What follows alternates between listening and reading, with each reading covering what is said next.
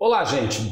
Estamos aqui em mais uma Entrevistas AE, mais uma vez aqui com o nosso amigo, com o nosso parceiro, Dr. Thiago Silva, advogado, especialista em direito imobiliário, da Thiago Silva Advogados. Tudo bem, doutor? Olá, tudo bem? Muito bem. E o nosso tema de hoje, nós vamos falar sobre contratos de venda e compra, vamos falar sobre escrituras e procurações.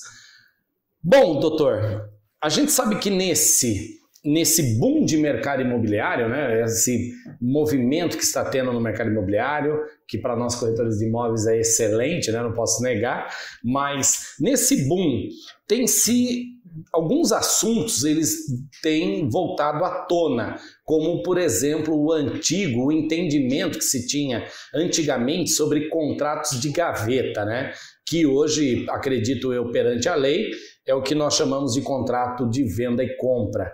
Quais são os tipos de contrato?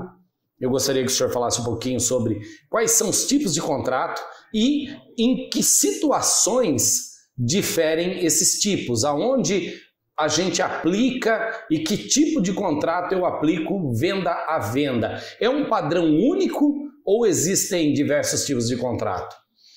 Existem diversos tipos de contrato. Os contratos eles vão seguir o que foi tratado comercialmente. Se é uma venda à vista, aquele contrato ele tem que ter as cláusulas inerentes a uma negociação para pagamento à vista. Já quando você tem, né, a grande fatia do mercado, compras com financiamento bancário, tem que haver as previsões adequadas para financiamento imobiliário. Assim como você tem também contratos em que o vendedor recebe um imóvel como parte de pagamento, né, que é o chamado contrato com dação em pagamento ou contrato de permuta. Assim como você tem contratos também em que o pagamento depende de consórcio ou talvez só FGTS. Então, cada contrato ele vai seguir as expectativas de quem está vendendo e comprando com as cláusulas inerentes à negociação. E também a especificação da venda, né? Então, por exemplo, se é só uma venda onde um comprador e um vendedor está fazendo uma venda somente com utilização de FGTS, é um modelo, um tipo de contrato. Se é uma venda à vista, é um outro modelo. Se é uma venda com imóvel ou carro em dação em pagamento, outro tipo de contrato com outro tipo de cláusula. Se é uma compra e venda com financiamento mais fundo de garantia e mais dinheiro, um outro tipo de contrato. E também com cláusulas específicas, como o senhor falou. E quando trata-se de contrato de imóvel na planta, onde a gente no mercado imobiliário diz entrega futura, né? Como que é feito esse tipo de contrato? Esse tipo de contrato é um contrato que ele comporta menos alterações. Então é chamado contrato de adesão. Esse contrato vai criar um contrato modelo em que ele tem muito poucas alterações conforme a negociação. E a construtora, a incorporadora, ela vai seguir com esse contrato durante todo o período de venda, né? Até que se conclua o empreendimento e aí sim você vai passar a utilizar um modelo diferente de contrato por se tratar então de compra de um imóvel já pronto. Entendi. Às vezes a gente se depara com casos aqui na imobiliária aonde a gente, quando vai olhar a matrícula do imóvel, estou um pouquinho mais na frente, né? A gente encontra uma unidade pronta, mas que na ocasião era uma fração ideal, né? Sim, acontece muito. E aí a gente relacionando isso também à questão da escritura pública, é possível também ser feita escritura pública de fração ideal de um imóvel, né? Então, a título de exemplo, não se limitando à questão de uma construtora, mas alguém que é dono de uma fatia dentro de uma gleba, dentro de um terreno maior, e ele vai destacar somente um pedaço desse imóvel para alguém. Ele pode passar uma fração ideal. Isso acontece muito em regiões que se vendem chácaras. Chácaras, né? Exatamente. Exatamente. Em chácaras, geralmente o cara tem lá uma gleba, um terreno, uma área com 200 mil, 300 mil metros e por algum motivo ele vai lá, faz um projeto, fatia aquilo em 7, 8, 10 áreas menores e acaba fazendo a venda por fração ideal, né? Exato. O que é importante a gente destacar e frisar que quando existe esse tipo de operação com venda de infração, as pessoas vão passar a ser donas em condomínio do todo. Então vai existir uma documentação de toda a gleba e aí cada dono de um pedacinho é um condômino e vai ser um dono junto com os demais. Eu vou avançar um pouquinho mais, se o senhor me permite? Sim. Como fica isso perante ao registro de imóvel? Que tipo de documento o vendedor tem que apresentar ao comprador para dar garantia que aquilo lá não foi feito de forma ilegal? O que um comprador teria que pedir? O ideal para um comprador de uma chácara, de fração ideal, seria primeiramente obter a matrícula dessa gleba, verificar quem são os proprietários, os coproprietários, e a partir dali ele avaliar certidões de todos eles. Só que nem sempre isso é uma tarefa fácil. Às vezes acontece de ter imóveis que têm mais de 100 proprietários fracionados. Então depende muito de cada negócio. É importante que esse comprador ele esteja amparado por um advogado, por um corretor de imóveis habilitado, para dar para ele a melhor orientação. Entendi. Buscar informação junto à prefeitura municipal da cidade também é importante, né? Sim, principalmente para saber se essa área que ele irá adquirir, ela está em perímetro urbano, né, área urbana, ou se ela ainda é área rural, que faz o recolhimento do ITR, não do IPTU, porque isso também tem algumas implicações quando ele pretende fazer a regularização daquela área para passar a ter uma documentação individual, né? Para ele ter uma matrícula individual e a partir dali ele poder também negociar esse imóvel no futuro sem depender dos outros coproprietários. Entendi. Voltando aqui, doutor, no contrato de venda e compra, perante a lei, qual é a garantia de se fazer uma compra através de um instrumento particular, de um contrato? Isso. Importante a gente destacar que o contrato, né, o compromisso de compra e venda, ele é um ato preparatório. Ele visa um segundo ato, que pode ser uma escritura pública de venda e compra, como pode ser também aí um contrato de financiamento. Então esse contrato, o efeito dele vale entre as partes, entre os contratantes, vendedores e compradores. Enquanto o segundo ato, né, que é a escritura, que posteriormente vai ser levada a registro, e o contrato de financiamento que tem força de escritura pública e também é levado a registro, ele é que dá publicidade, que faz com que os efeitos também atinjam terceiros. Entendi. Olha aí, pessoal, o nosso bate-papo de hoje no Entrevistas AE. Estou conversando aqui com o Dr. Tiago Silva sobre os diversos tipos de contrato. E agora, no item número 2, eu gostaria de falar com o senhor sobre escrituras. Escritura é um único tipo ou também existem diversos tipos de escritura? Existem vários tipos. As escrituras elas vão seguir também muito o que foi determinado comercialmente, né? Falamos aqui sobre a possibilidade de uma venda a prazo. E com uma venda a prazo, uma escritura que é bastante utilizada no ramo imobiliário, é a escritura de venda e compra com cláusula resolutiva. Ela se dá mais, a escritura de venda e compra com cláusula resolutiva é muito aplicado aonde nós temos uma compra e venda com um sinal e um saldo a pagar, correto? Exatamente. Uma dúvida que geralmente, ela hoje é muito utilizada, né? Mas uma dúvida que geralmente ocorre nessa escritura é geralmente dúvidas dos vendedores com relação a... E se o promissário comprador ele não completar a totalidade do pagamento, como que eu faço para cancelar essa escritura? Sim, a maneira correta com uma operação como essa, depois de feita a escritura de venda e compra com a condição resolutiva, é levá-la a registro. E aí estará registrado na matrícula que foi adquirido imóvel com essa condição, né, que são os pagamentos futuros. Este comprador, ele vai precisar, vai depender desse vendedor no futuro, depois que ele quitar, de uma anuência, de uma carta de anuência para que aí ele possa levar novamente ao cartório de registros e assim averbar a escritura definitiva, a propriedade de forma definitiva. Então a segurança do vendedor estará nesse dispositivo, em que o comprador dependerá dele no futuro para conseguir tornar a escritura definitiva, né, a aquisição definitiva em relação ao parcelamento que havia sido feito. Olha aí, pessoal, o Dr. Tiago Silva, ele fez um apontamento aqui super importante sobre o registro.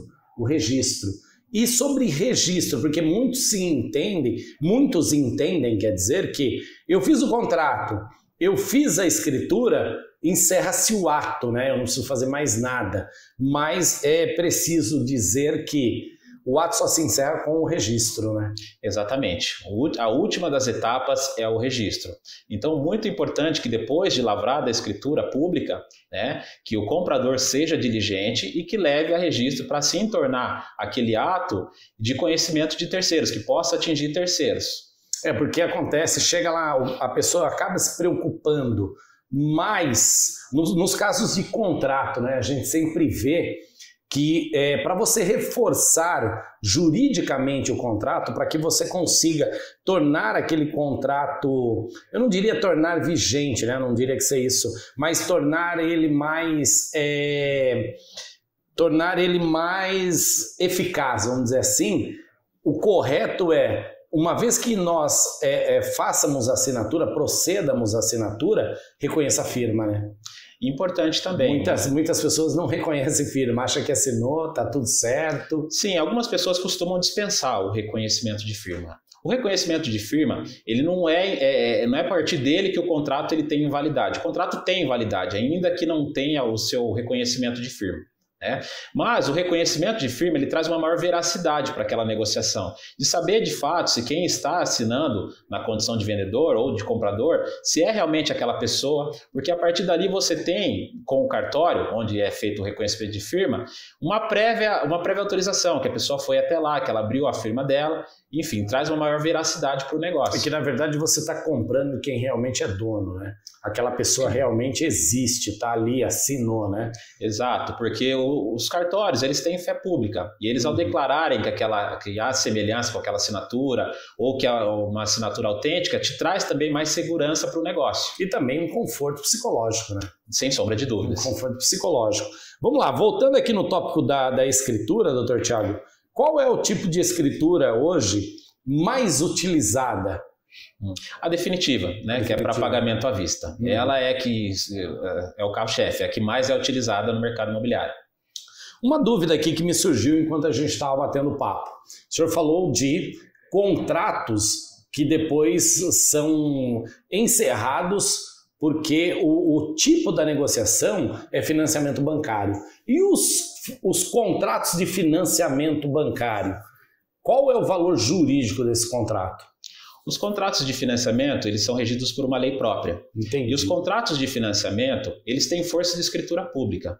Então, quando há uma compra com financiamento, tem também alienação fiduciária, né? E por conta disso, é indispensável que esse contrato de financiamento seja levado a registro. Isso inclusive, é uma condição para que o vendedor possa receber o valor financiado. Então, numa negociação comum, primeiro assina-se o contrato, né? As partes vão assinar esse contrato, ele é levado a registro e depois ele é devolvido ao banco. E assim concretiza. E aí é liberado o valor financiado ao vendedor. Então, aquela pergunta que fazem, mas eu não vou lavrar a escritura? Dispensa. Acontece muito, mas como há esse financiamento imobiliário, o caminho ele é outro. O que vai no futuro tornar para aquele comprador o título definitivo é quando ele obtém uma autorização, um termo de quitação do banco, para que ele faça o cancelamento da alienação fiduciária. Então, no rito comum, ele vai começar a pagar aquele financiamento bancário dele, ele vai amortizar aquele saldo devedor e um dia ele vai quitar. E aí ele vai solicitar ao banco essa autorização para fazer o cancelamento da alienação fiduciária e assim a propriedade dele passa a ser sem nenhum tipo de reserva, sem nenhum tipo de gravame. Entendi. Bom, o nosso terceiro tópico aqui nós vamos falar um pouco sobre procurações.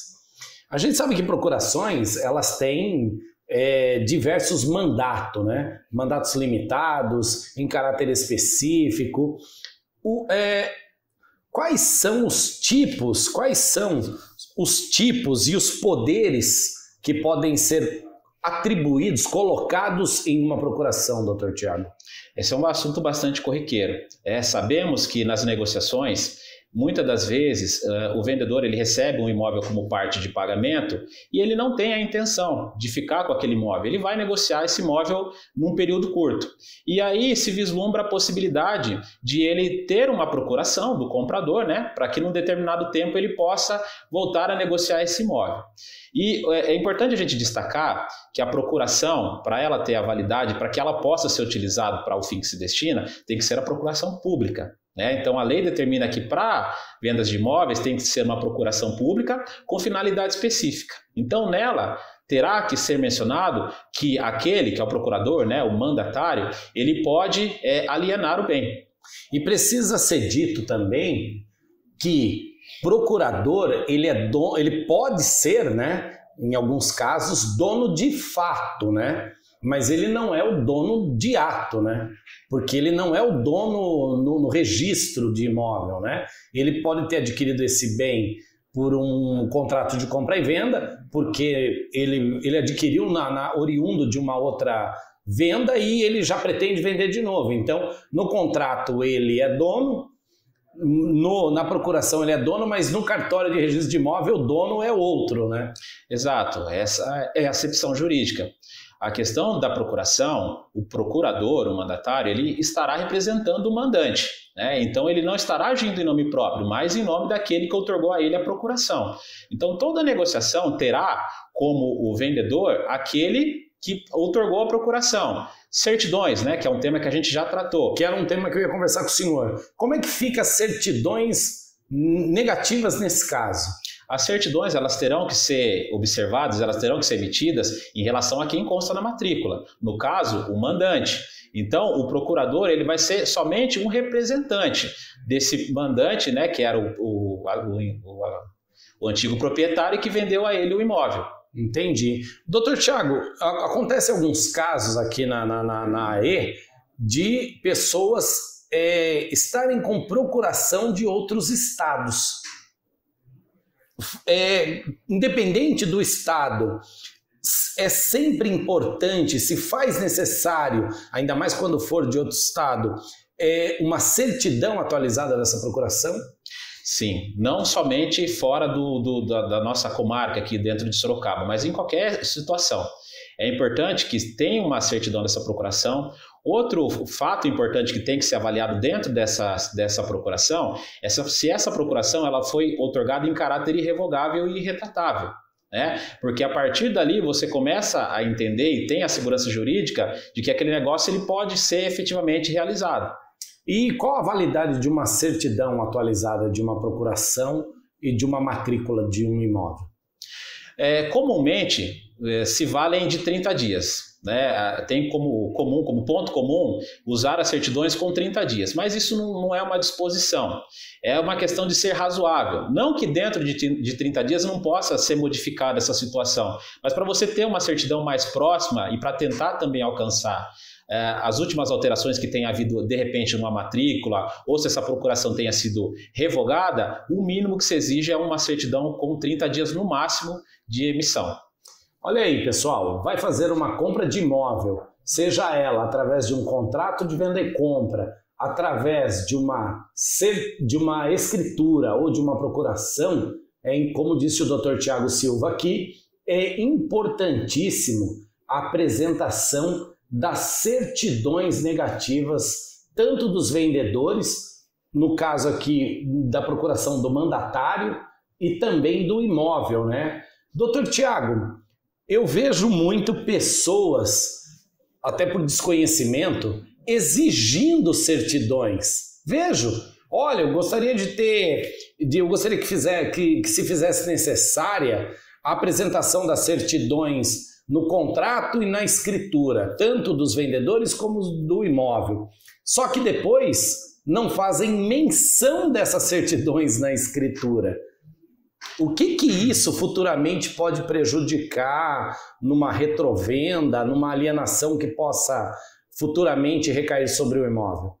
Considerando que as escrituras elas vão ficar arquivadas, né, no tabelionato de notas, é de suma importância que esse comprador seja diligente e peça para mencionar as certidões que foram a eles apresentadas. Além disso, ele tem que também ter cópia disso com ele, guardar consigo essas certidões. Porque a partir desse pressuposto, dessa premissa, ele tem como, amanhã ou depois, se defender como um adquirente de boa-fé, um terceiro de boa-fé. Quantos anos ele precisa guardar essas certidões? Essa é uma pergunta, né? É difícil você colocar exatamente em tempo, mas um mínimo, a gente pensando nos efeitos que a venda tem, é de 2 anos, ele guardar pelo mínimo de 2 anos. Pelo mínimo de 2 anos se faz necessário. Exatamente. Tá, porque senão depois ele pode ter problema. Sim, a escritura já é diferente, ele vai guardar sempre com ele, mas as certidões minimamente por 2 anos. É possível, como a matrícula do imóvel e a procuração, se porventura um vendedor ou um comprador extraviar por algum motivo uma escritura, obter uma certidão atualizada da escritura? Sim, é possível. É possível obter uma segunda via, assim como também, e às vezes as pessoas também não têm esse conhecimento, é possível solicitar também uma segunda via de procuração. Que bacana, muito bem. Olha aí, gente, mais algumas dicas aqui no Entrevistas AE. Na pauta de hoje, eu conversei aqui com o Dr. Tiago Silva, da Tiago Silva Advogados, e o tema foi compra de imóvel através de contrato de venda e compra, escrituras, dos diversos tipos de escritura e procurações. Olha aí, precisando de uma consultoria, quer fazer uma compra de imóvel segura? Contrate o Dr. Tiago, especialista em direito imobiliário. Dr. Tiago, mais uma vez, obrigado por participar da Entrevistas AE e na próxima semana um novo tema para vocês. Obrigado. Eu que agradeço e estarei à disposição. Muito bom.